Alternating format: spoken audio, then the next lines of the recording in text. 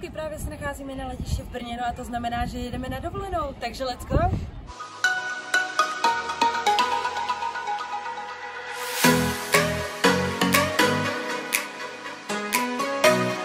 No ještě se odlítáme z Česka. Vidíte to?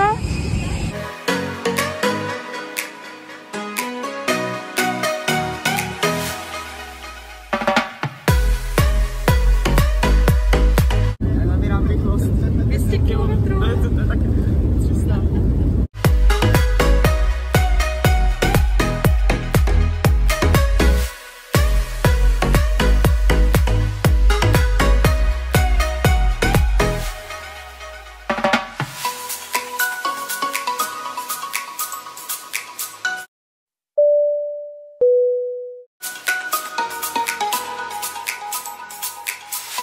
Kufry už máme a zhruba 30 minut nám bude trvat, než přijedeme do hotelu, ale za chvíli tam budeme.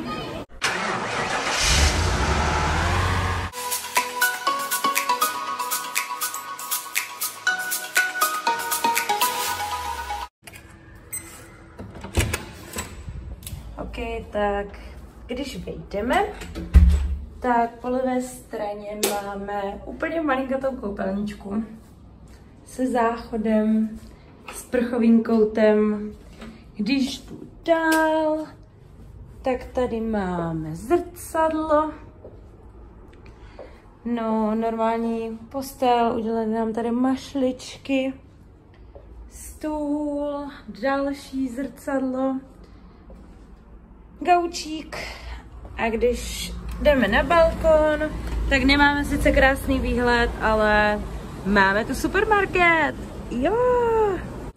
My s bráchou ten pokoj máme takový menší, takový normální standard, you know, ale rodiče dostali apartmán, protože standardy už neměli. Takže pokud bude možnost, tak vám natočím i ten jejich pokoj, protože je o dost větší než ten náš a například balkon je fakt obří. No a my se teď jdeme chystat na večeři a strašně se těším, protože bulharskou večeři jsem neměla od roku 2018.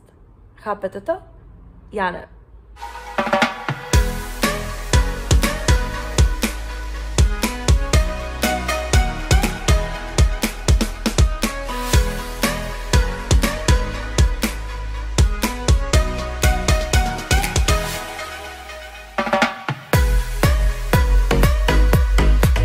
No takže už jsme po večeři, už jsme i venku, ale počasí úplně není ideálka, můžete vidět za mnou.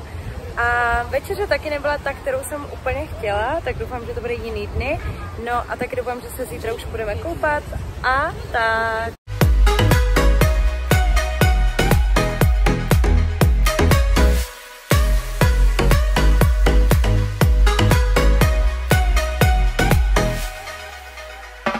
Za 201, jakože my jsme nechtěli takhle velkou a bože.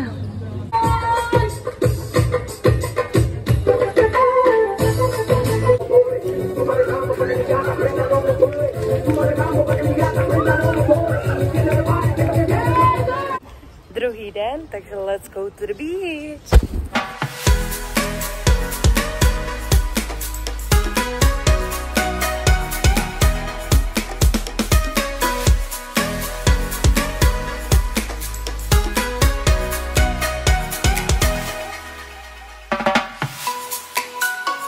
Máme oběda si dát takovou klasiku kuře, vepřové maso, hranolky, salátek a brácha. Vlastně to stejné.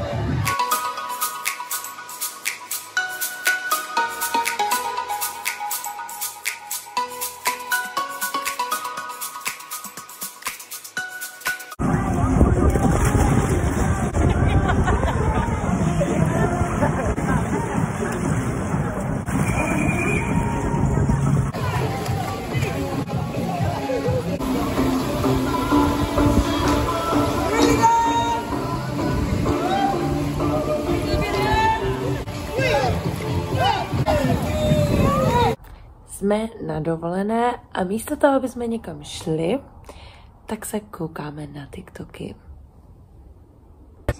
Prostě...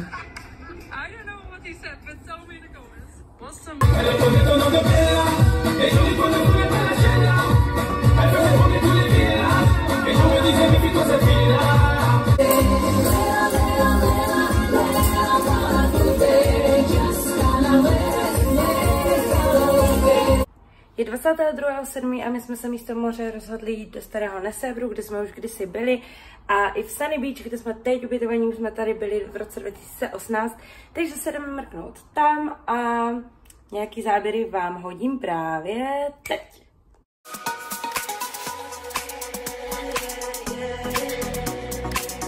Tady v tomhle hotelu jsme bydleli v roce 2018 a teď jdeme kolem něho vláčkem.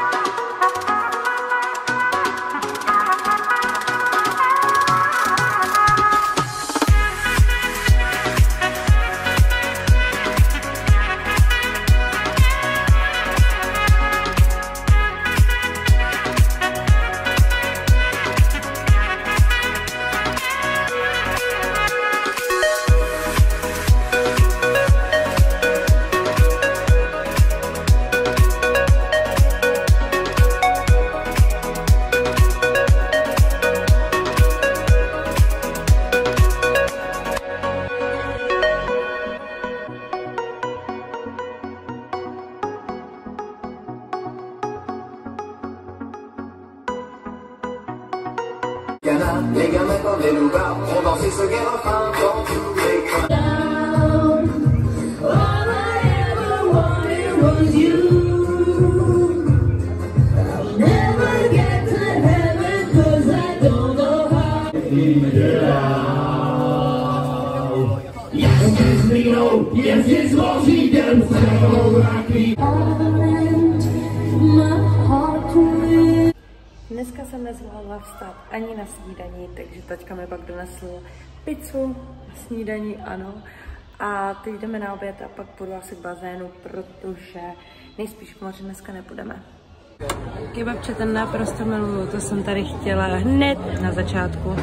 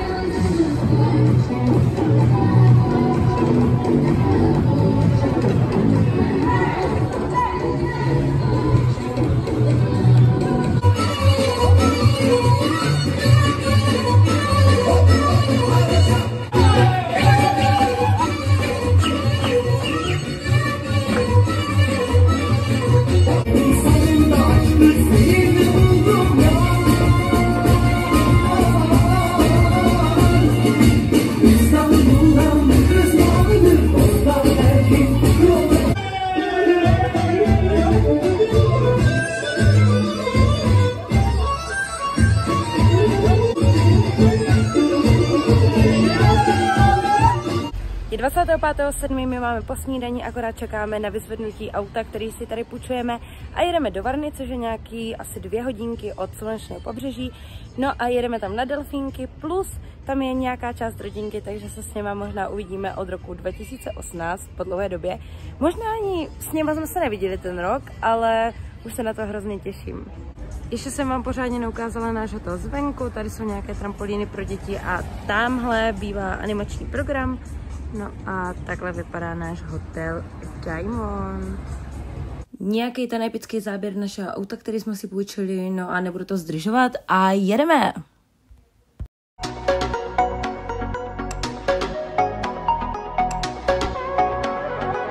Zastávka v místní rádoby benzině je prostě potřeba.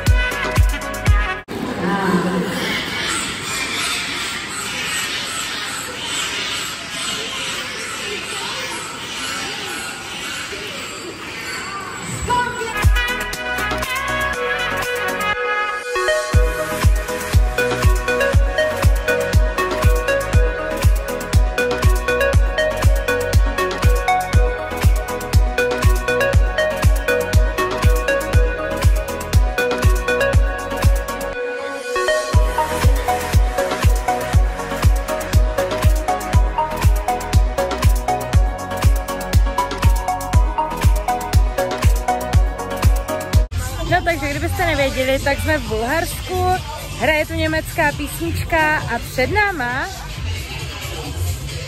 Eiffelova věž, takže v Paříži. Byli jsme ve Varně.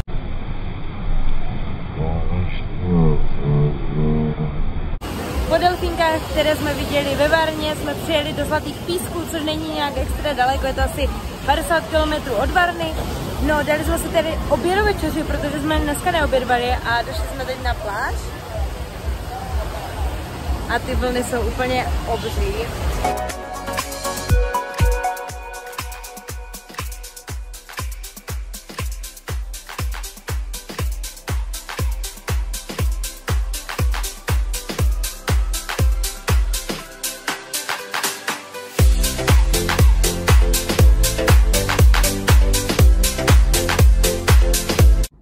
Outfit of the day, speech of the night a jdeme na večeři.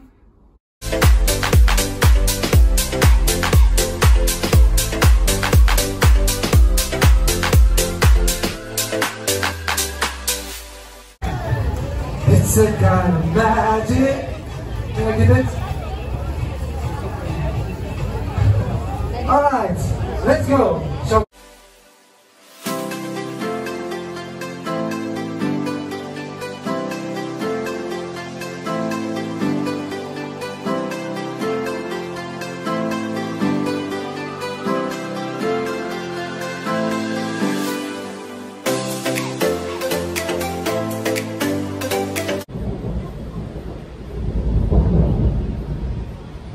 včera bylo 35 stupňů, dneska je jenom 21, jako docela chladno a chtěla bych teplo, ale mám aspoň čas si sestříhat videjko na spolupráci.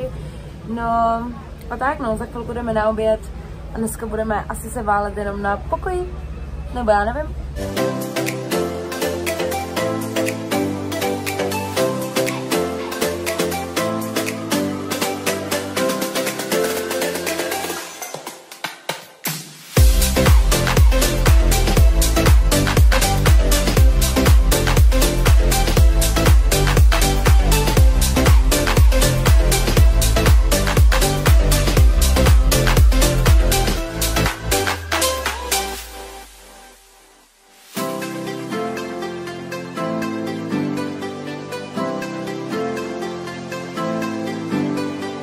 Je 28.7. pátek a já jsem si myslela, že už zítra jdeme domů, ale ono ne.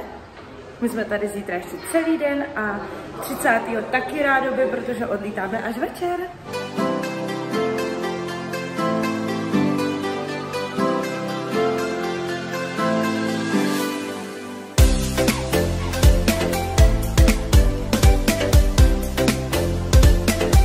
Šli jsme teď točit nějaký TikToky, tady mi teda plápolají vlasy, ale je to nádhera, je to tady krásný.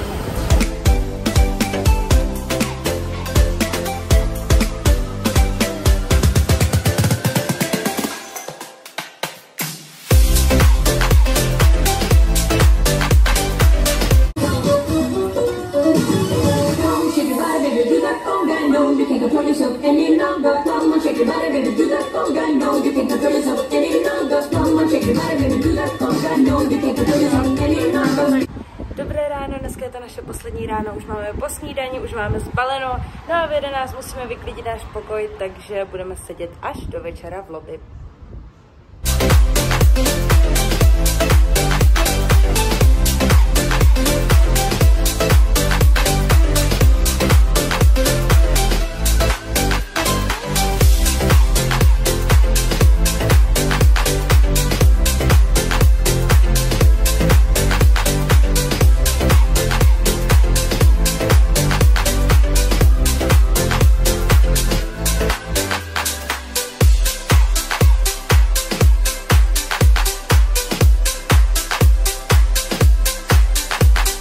Předletištní chálec musí být.